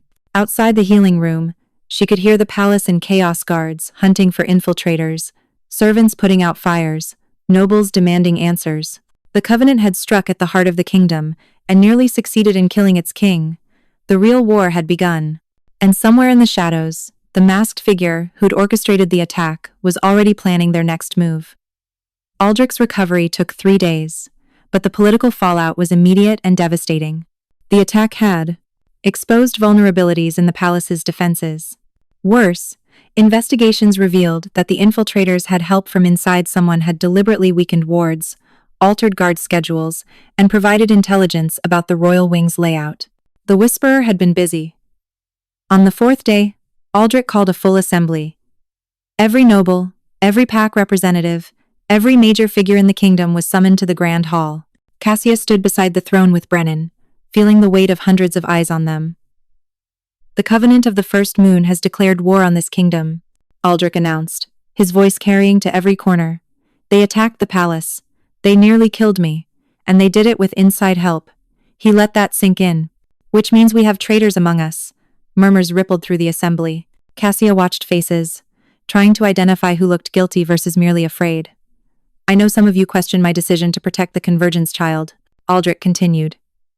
"You think he's more trouble than he's worth? That the kingdom would be safer if we simply handed him over to the Covenant or eliminated him ourselves?" Lady Vera stood. "Your Majesty, with respect, that's not an unfair assessment. Since the child arrived, we've had poisonings, attacks, fires. The Covenant has turned this city into a war zone trying to claim him. Perhaps it's time to ask the hard question. Is one child worth the stability of the entire kingdom?" "No," Aldrich said flatly. "He's not worth it. He's worth more." Shocked silence. "The child's name is Brennan," Aldrich said. "He likes pine cones and honey bread. He has nightmares about drowning. He laughs at terrible jokes and cries when he scrapes his knees. He's 6 years old, and he's my son by bond if not by blood." His silver eyes swept the assembly. "And if you think I'm going to sacrifice him to buy peace with extremists who want to drag us back into endless war, then you don't know me at all. But the attacks," someone started, "will continue regardless." Aldrich's voice hardened. "Do you really think the Covenant will stop if we give them Brennan? They don't want the child, they want what he represents. Proof that change is possible, that the old divisions can be overcome. They want him dead, not because he's dangerous, but because he's hope." Lord Fenric rose slowly. "You speak with passion, Your Majesty. But passion doesn't change tactical reality. We are at war with an enemy that can strike from within our own walls. That has Moon-blessed powerful enough to breach our defenses. That," he paused significantly, "has the resources to keep attacking until we break. We need to think strategically, not emotionally." "Then let's talk strategy," Aldrich said coldly. "The Covenant's strength comes from secrecy. They hide, manipulate, operate from the shadows. But what if we remove their ability to hide?" Counselor Thea stepped forward with a wooden box. She opened it, to reveal dozens of small stones, each glowing faintly. "Lunar stones. His Majesty has been searching for them for years, collecting fragments from old battle sites and ruins. Together, they create a detection network powerful enough to identify anyone using corrupted magic within the city. We're going to activate this network in 3 days, Aldrich announced. Everyone in Silver Peak will pass through checkpoints where the stones will be tested. Anyone who triggers a corruption response will be detained for questioning. That's hundreds of thousands of people, Vara protested. It will take weeks, maybe months. Then we'd better start immediately. Aldrich's tone brooked no argument. The alternative is continuing to live with enemies hidden among us. A disturbance at the hall's entrance cut off further debate. Guards dragged in a struggling figure, a woman Cassia recognized with a chill. Morel, the healer who'd tried to poison Brennan on their journey to the capital. "We found her trying to flee the city," a guard captain reported. "She matches the description of the Whisperer." Morel stopped struggling and smiled. "Oh, good. I'm tired of pretending anyway." Her voice changed, gaining that multiple tone quality Cassia had heard from corrupted beings before. "You think your little stones will save you, Alpha King? You think detection will stop us?" "It's a start," Aldrich said. "Then let me give you something better." Morel's eyes glowed red. "A choice, the child for the city. Deliver Brennan to the Covenant within 7 days, or we unleash everything we have. Every infiltrator, every corrupted wolf, every dark ritual we've been preparing. We will burn Silver Peak to the ground and everyone in it." "You're bluffing," Thea said. "Am I?" Morel's smile widened. "Test me. Keep the child, and in 7 days, watch your precious city die." She looked directly at Cassia. "Or give us what we want, one child's life for thousands. That's the Omega way, isn't it? Sacrifice yourself for the pack?" Cassia felt Brennan's hand tighten on hers. Through the bond, she sensed his fear not for himself, but for her. He was already thinking about how to protect her, even if it meant giving himself up. No, she said firmly, squeezing back. Absolutely not. Mama, no. She looked at Aldrich, then at the assembly. I know what she's trying to do, make us think we have to choose between Brennan and the city. But that's a false choice.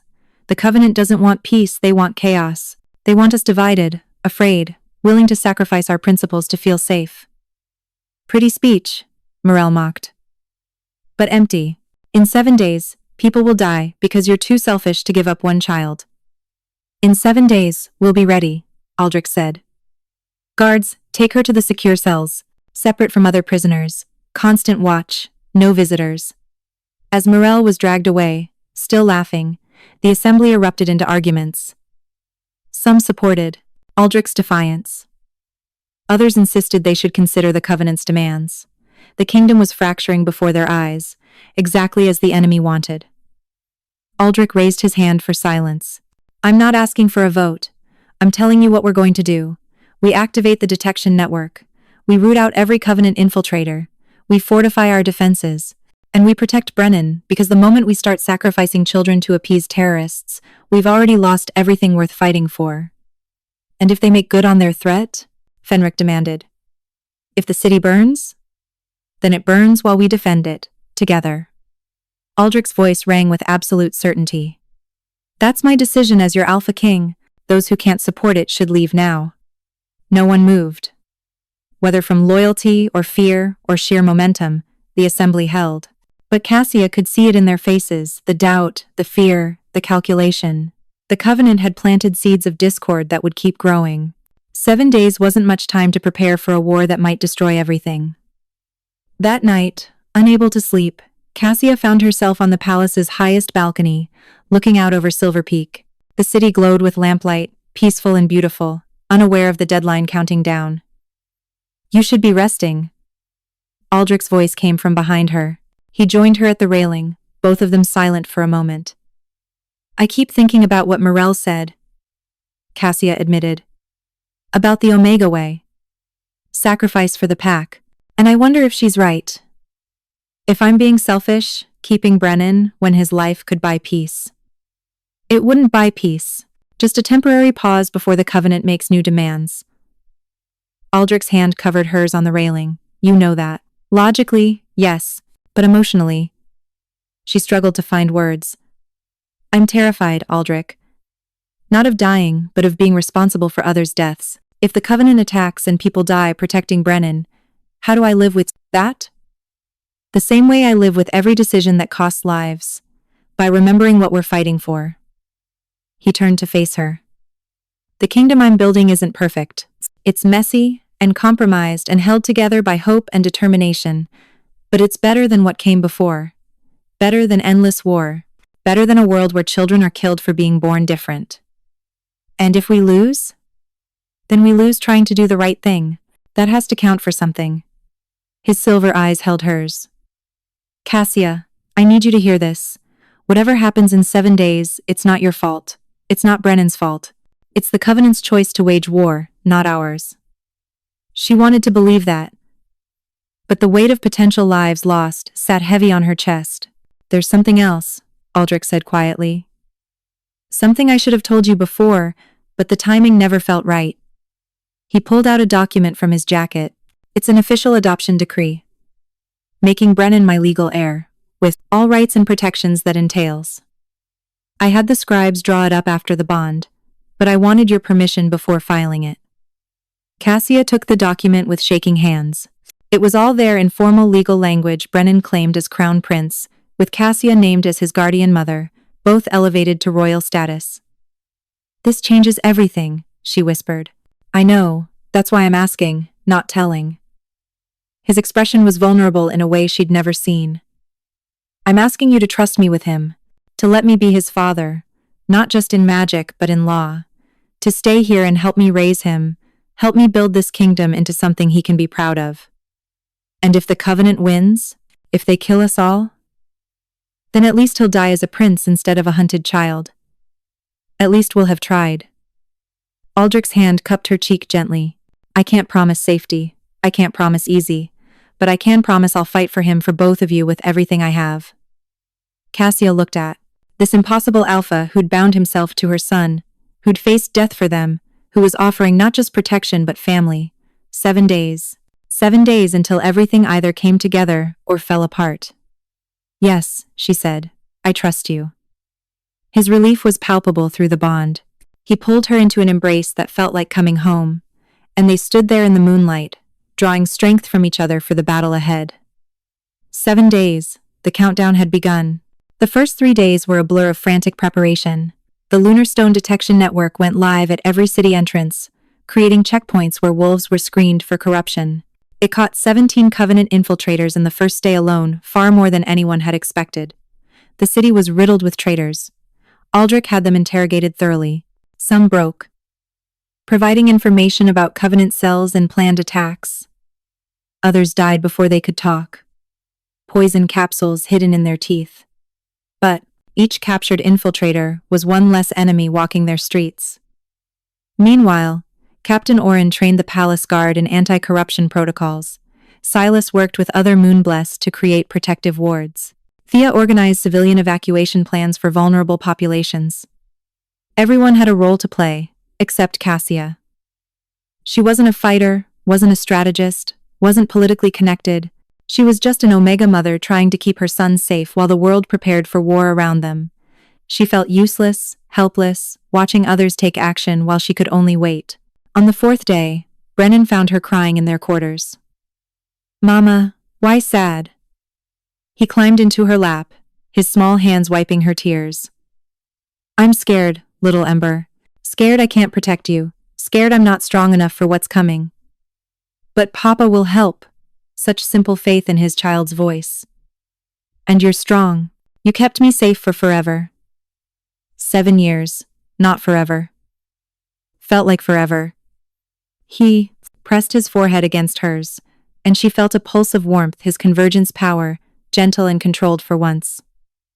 I'm scared too. But we're together. That makes us strong. Out of the mouths of babes. That evening, Silas requested a private meeting. He brought scrolls covered in complex diagrams that meant nothing to Cassia. I've been researching the bond, he said, spreading the scrolls across their table. Specifically, what happens when a true alpha bond connects not just to a convergence child, but through an omega anchor. What did you find? Aldrich asked, leaning over the diagrams. A theory, nothing more. Silas pointed to intersecting circles. True bonds create power flow between connected individuals. But typically that's just 2 people, alpha and child. You have 3, alpha, child, and omega anchor. That creates a triangle, and triangles are notoriously stable structures. Get to the point, Aldrich said impatiently. The point is that your bond might be capable of something unprecedented. If all 3 of you worked in perfect synchronization, you could theoretically create a feedback loop. Brennan's raw convergence power channeled through Aldrich's alpha dominance and stabilized by Cassia's omega grounding. The result would be... He trailed off, looking uncertain. Would be what? Cassia pressed. A fusion state, temporary merging of consciousness and power. You'd essentially become one entity with combined abilities. Silas met their eyes seriously. It's never been documented. The ancient texts mention it as theoretical possibility, but there's no record of anyone actually achieving it. And if we tried? Aldrich asked. You might burn out the bond completely, severing it permanently, and possibly killing Brennan in the process. Or you might transcend individual limitations and become something that could face the Covenant on equal footing. Silas rolled up the scrolls. It's a catastrophic risk with potentially infinite reward. So we'd be gambling Brennan's life on a theory, Cassia said flatly. Yes, which is why I'm only presenting it as information, not recommendation. Silas stood to leave. But if the Covenant's attack is as overwhelming as Morel suggested, we might need every advantage we can get. Even the insane ones. After he left, Cassia and Aldrich sat in heavy silence. We're not doing it, Cassia said finally. I won't risk Brennan on a theory. Even if it's our only chance? Aldrich looked at her. If the Covenant comes with everything they have, corrupted wolves, dark magic users, Moonblessed turn to their cause, conventional defense might not be enough. Then we find another way. What other way? His frustration leaked through the bond. I'm open to suggestions, Cassia. Really. Because I'm terrified that when the attack comes, I won't be strong enough to protect you both. That I'll have to watch you die because I wasn't willing to take the necessary risks. She heard the fear beneath his words, the weight of responsibility crushing him. Through the bond, she felt his certainty that he would fail, that he wasn't enough. You're not alone in this, she said softly, taking his hand. Whatever comes, we face it together. Maybe that's enough. Maybe. But he didn't sound convinced. The sixth day dawned with ominous signs. Birds fled the city. Animals in the stables grew restless. The air itself felt heavy, like a storm building. The Covenant was preparing their assault. That evening, as the sun set blood-red over Silver Peak, Aldrich called his inner circle together. Cassia, Thea, Fenric, Orin, Silas, and a few other trusted advisors gathered in the war room. Intelligence suggests the attack begins at midnight, Orin reported, pointing at a map. They'll strike from multiple points, simultaneously North Gate, East Wall, underground tunnels we didn't even know existed. It's designed to overwhelm our defenses through sheer chaos. How many are we facing? Thea asked. Hundreds, maybe more? Orin's expression was grim. Every corrupted wolf they've been building, every infiltrator we didn't catch, every extremist who believes in their cause. It's an army. We have an army too, Fenric said. Every able-bodied wolf in the city has volunteered to fight. We're not helpless. No, but we're outmatched in terms of dark magic capabilities. Silas gestured at his own reports. They have at least 3 corrupted Moonblessed leading the assault. I can counter 1, maybe 2. But 3? With all their supporting forces? It's going to be brutal. Aldrich's jaw tightened. Recommendations? Evacuate the royal family, Thea said immediately. Get Brennan and Cassia out of the city, remove the target, and maybe the Covenant pulls back. They won't, Cassia said quietly. This isn't about Brennan anymore. It's about destroying everything you've built. He's just the excuse. Silence greeted that truth. Then we make our stand, Aldrich said finally. Position our strongest fighters at the key breach points. Silas, you and the other Moonblessed focus on countering their magic users. Orin, coordinate the guard and volunteer forces. Fenric, manage the evacuation of civilians to the inner palace where wards are strongest. And you, Your Majesty? Thea asked. I'll be where I'm most needed. His silver eyes glinted. Wherever the fighting is thickest. They dispersed to their assignments. Cassia found herself alone with Aldrich and Brennan in the royal quarters, the 3 of them facing down their last few hours of peace. I should try to sleep, Brennan said, though his eyes were wide with fear. So I'm strong for tomorrow. Good idea, little Ember. Cassia tucked him into bed, kissing his forehead. Whatever happens, remember that we love you, both of us. I know. He looked between them. Are we gonna die? The question hung in the air, too honest to deflect. Maybe, Aldrich said, coming to sit on the bed's edge. I won't lie to you, Brennan. Tomorrow is going to be dangerous, but we're going to fight with everything we have. And even if the worst happens, you gave us something precious. Time together as a family. That matters. Brennan nodded solemnly, processing this with the strange maturity he sometimes showed. If I use all my power, I could help, make us win.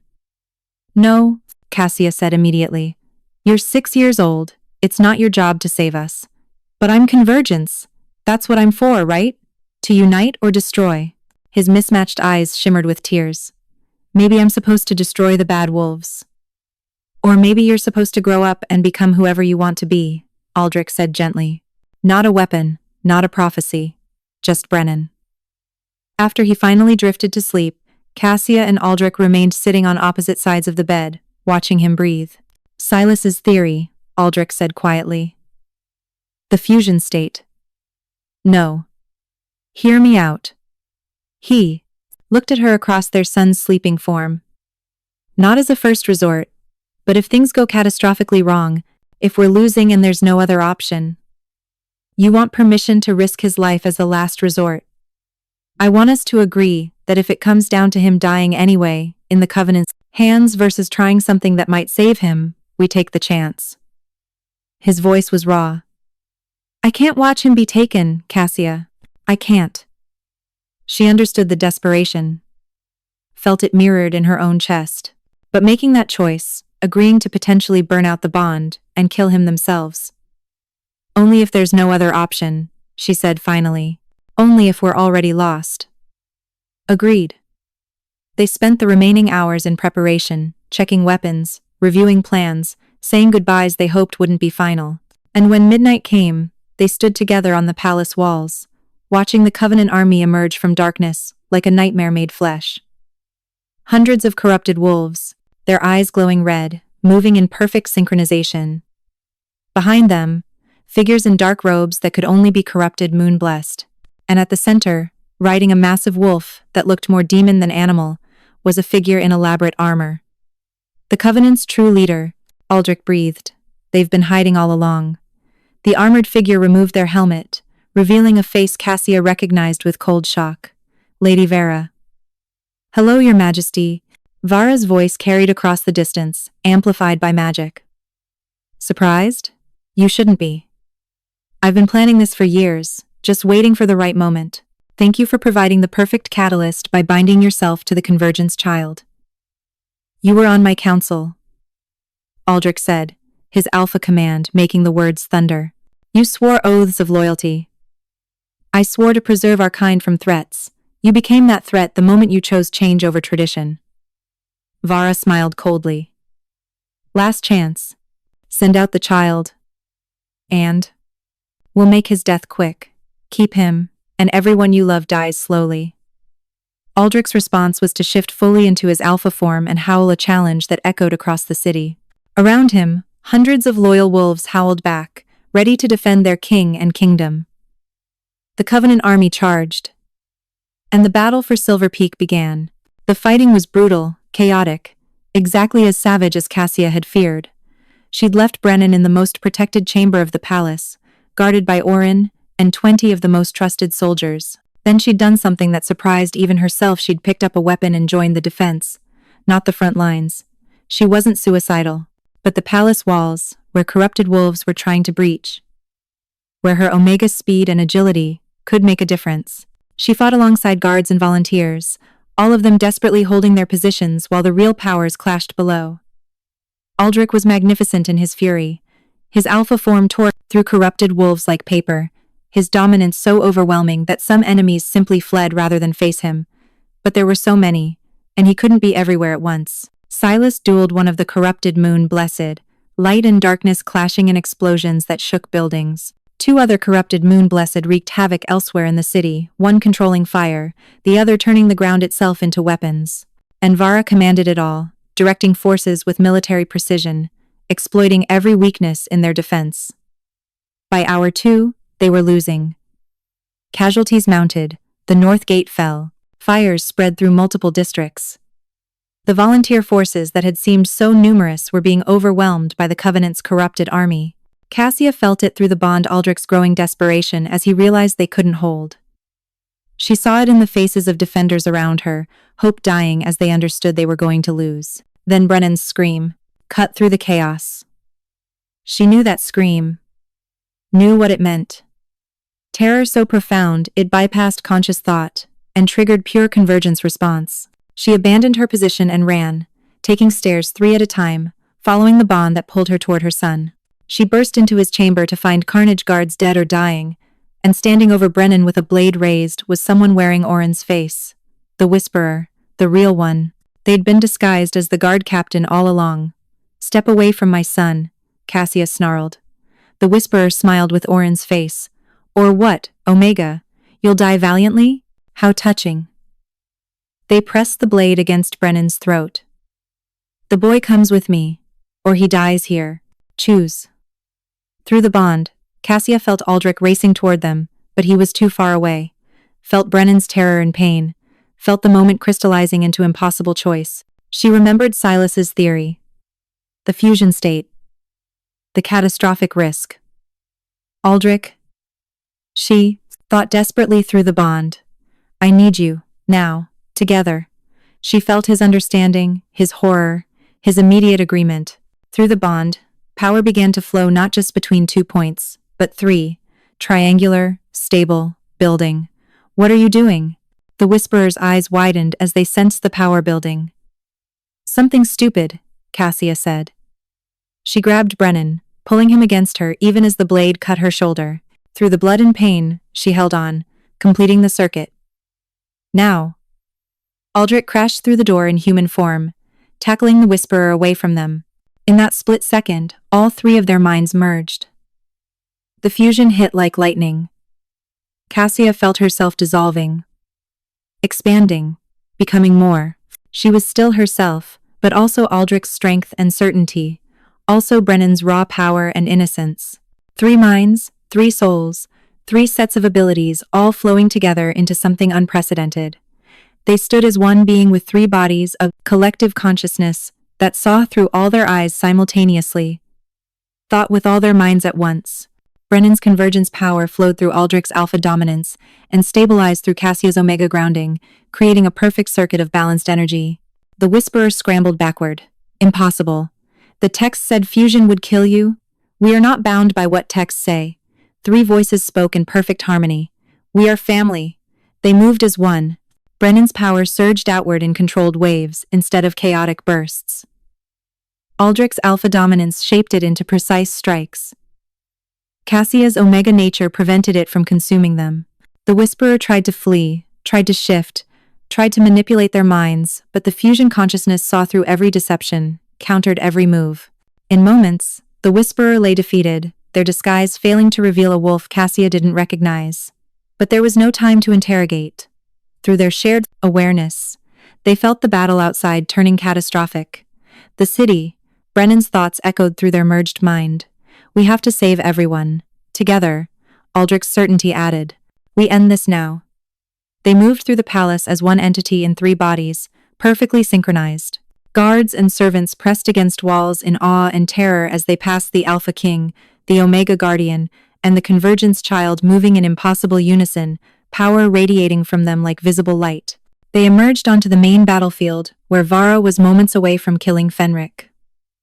The corrupted moon blessed had cornered Silas. Fires raged unchecked. The city was dying. The fusion consciousness raised all 6 of their hands as one, and spoke with 3 voices that shook the foundations of reality. Enough. The word carried weight beyond sound. Alpha command, Omega compassion, and convergence power, all woven together. It rippled outward in concentric waves that touched every wolf in the city, friend and foe alike. The corrupted wolves froze mid-attack. The red glow faded from their eyes, as the dark magic compelling them shattered like glass. They collapsed, suddenly freed from the corruption that had enslaved them. The corrupted moon blessed screamed, as the fusion consciousness reached into them and pulled, not destroying them, but extracting the corruption like poison from a wound. They fell unconscious but alive, finally free of the darkness that had twisted them. Vara alone remained standing, protected by her armor's enchantments. What are you? She breathed. The fusion consciousness regarded her with 3 sets of eyes, silver, mismatched, and omega brown. We are what you feared most. Unity. Balance. Proof that your old ways are obsolete. You're an abomination, Vara screamed. This isn't natural. This isn't... Natural changes, they said simply. We are evolution. We are the future you tried to destroy. They didn't kill her. Instead, they reached out with their joined power and did something far more devastating. They made her feel what they felt. The bond between them, the love and trust and sacrifice. The memories of 7 years in hiding, of choosing compassion over cruelty, of building family from broken pieces. They made her understand that everything she'd fought for, the old divisions, the ancient hatreds, the rigid hierarchies, were just fear dressed up as tradition. Vara collapsed to her knees, tears streaming down her face, finally seeing what she'd been too blind to recognize. What have I done? She whispered. What have we all done? The fusion consciousness began to separate. It was agony, like being torn apart after experiencing perfect wholeness. But they couldn't maintain it indefinitely. The strain was already burning through the bond, threatening permanent damage. They split back into 3 separate beings and collapsed together in exhaustion.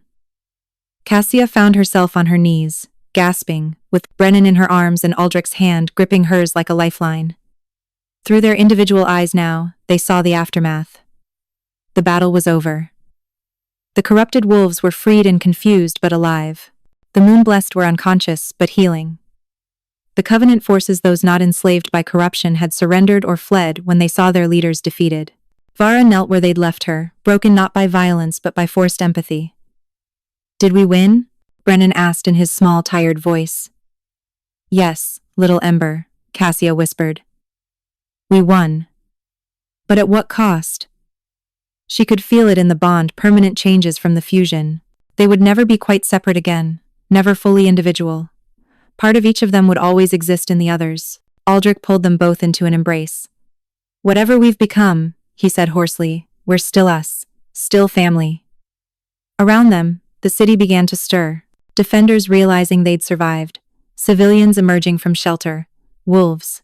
Of every pack looking at the trio at the center of the miracle, with expressions ranging from awe to fear to hope. Counselor Thea was the first to approach, limping but alive. "Your Majesty, the casualties are significant but far less than expected. The healers are overwhelmed, but we're managing. And the Covenant forces, those still conscious, are requesting terms of surrender." "Accept them," Aldrich said, his voice rough with exhaustion. "No executions. They were manipulated, corrupted, used. We rehabilitate, not destroy." "Even Vara?" He looked at the broken woman still kneeling in the rubble. "Especially Vara. She has to live with what she's done. Death would be mercy she doesn't deserve." The sun rose over Silver Peak, painting the smoke-stained sky in shades of gold and pink. The city was battered but standing, broken but alive, changed forever by the night's events. 3 months later, the throne room had been rebuilt, larger than before, with space for representatives from all the territories. Today, it held hundreds pack leaders, moon-blessed, omegas, betas, alphas, all gathered for the historic moment. Cassia stood beside Aldrich's throne, wearing the formal robes of a recognized consort. Not his mate, that bond was different, and neither of them had pursued it. But his partner, in raising Brennan, in ruling the kingdom, in building something new from the ashes of the old. Brennan stood on his other side, dressed in the circlet and tunic of a crown prince. 7 years old now, his birthday having passed quietly during the reconstruction.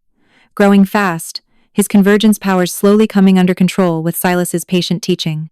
He would never be a normal child, but he was loved. Protected. Given a chance to discover who he wanted to become. "Today marks a new chapter," Aldrich announced to the assembly. "For too long, we've structured our society on strict hierarchies, alpha over beta, beta over omega, bloodline over character. The events of 3 months ago proved those structures are obsolete. It's time for real change." He gestured to Thea, who stepped forward with a document. "The Reformation Accords. They establish new laws for our kingdom. No wolf may be exiled for infertility or any perceived defect. Moon-blessed children will be protected and trained, not feared and destroyed. Convergence, children should any others emerge, will be granted full citizenship and rights.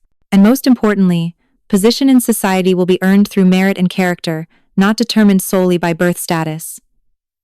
Murmurs rippled through the crowd, some approving, some skeptical, some openly hostile. Lord Fenric, who'd survived the battle and returned to the council with new perspectives, stood. "Your Majesty, these reforms are radical. How do we implement them without destabilizing the entire social order?" "Carefully," Aldrich said. "Gradually. With input from wolves of every status. This isn't a decree from on high, it's an invitation to build something better together." A young Omega in the crowd raised her hand tentatively. "What about those of us already exiled? Already cast out?" Cassia stepped forward, speaking for the first time. "Pardons have been issued for all Omegas exiled for reasons now considered unjust. You're invited to return, to reclaim your place in society, and for those who prefer their new lives, that choice is respected too." The assembly erupted in discussion. It would take hours to address every concern, every question, every fear. But that was democracy, messy, complicated, necessary. Later, after the formal session ended, and the crowds dispersed, Cassia found herself on the palace balcony again.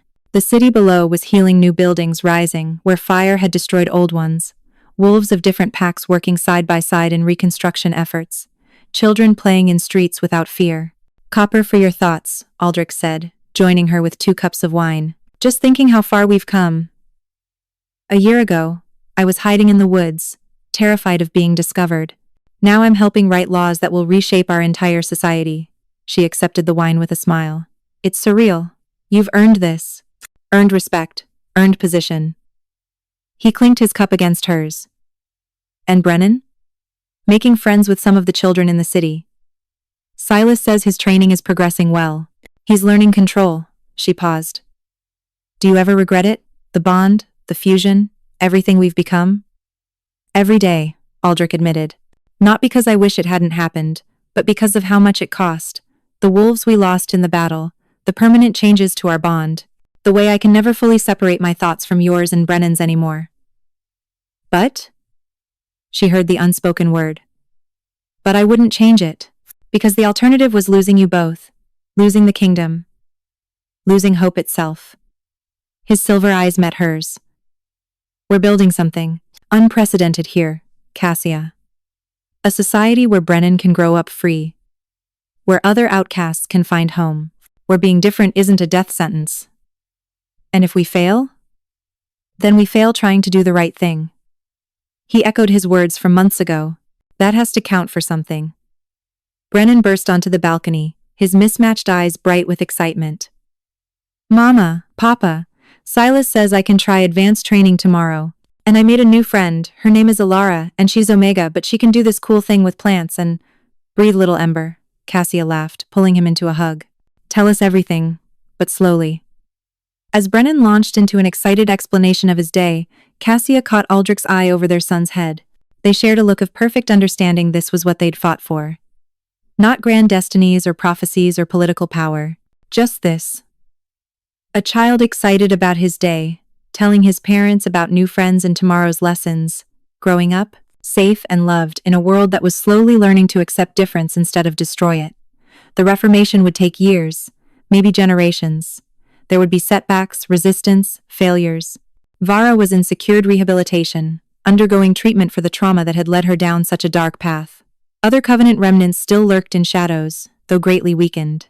The corrupted wolves freed from dark magic were slowly reintegrating into society, many of them traumatized by what they'd been forced to do. But for the first time in their long, violent history, wolfkind was trying to be better, trying to evolve beyond ancient hatreds, trying to build something where children like Brennan could exist without fear.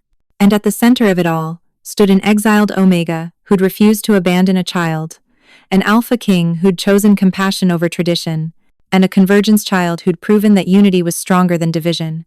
They were family not by blood, not by traditional bonds, but by choice, by sacrifice, by love that had transformed them into something more than they'd been separately. The prophecy had said the Convergence child would either unite or destroy wolfkind. What it hadn't predicted was that he would do both, destroying the old, broken systems while uniting those brave enough to build something new. As the sun set over Silver Peak, painting the sky in brilliant colors, the 3 of them stood together on the balcony. 3 separate beings, who would always carry pieces of each other. 3 souls who'd learned that true strength came not from individual power, but from connection. Sometimes, the most dangerous place to hide was in plain sight. But sometimes, the most revolutionary act was refusing to hide at all, standing in the light, claiming your truth, and inviting others to join you in building a better world. That was their story.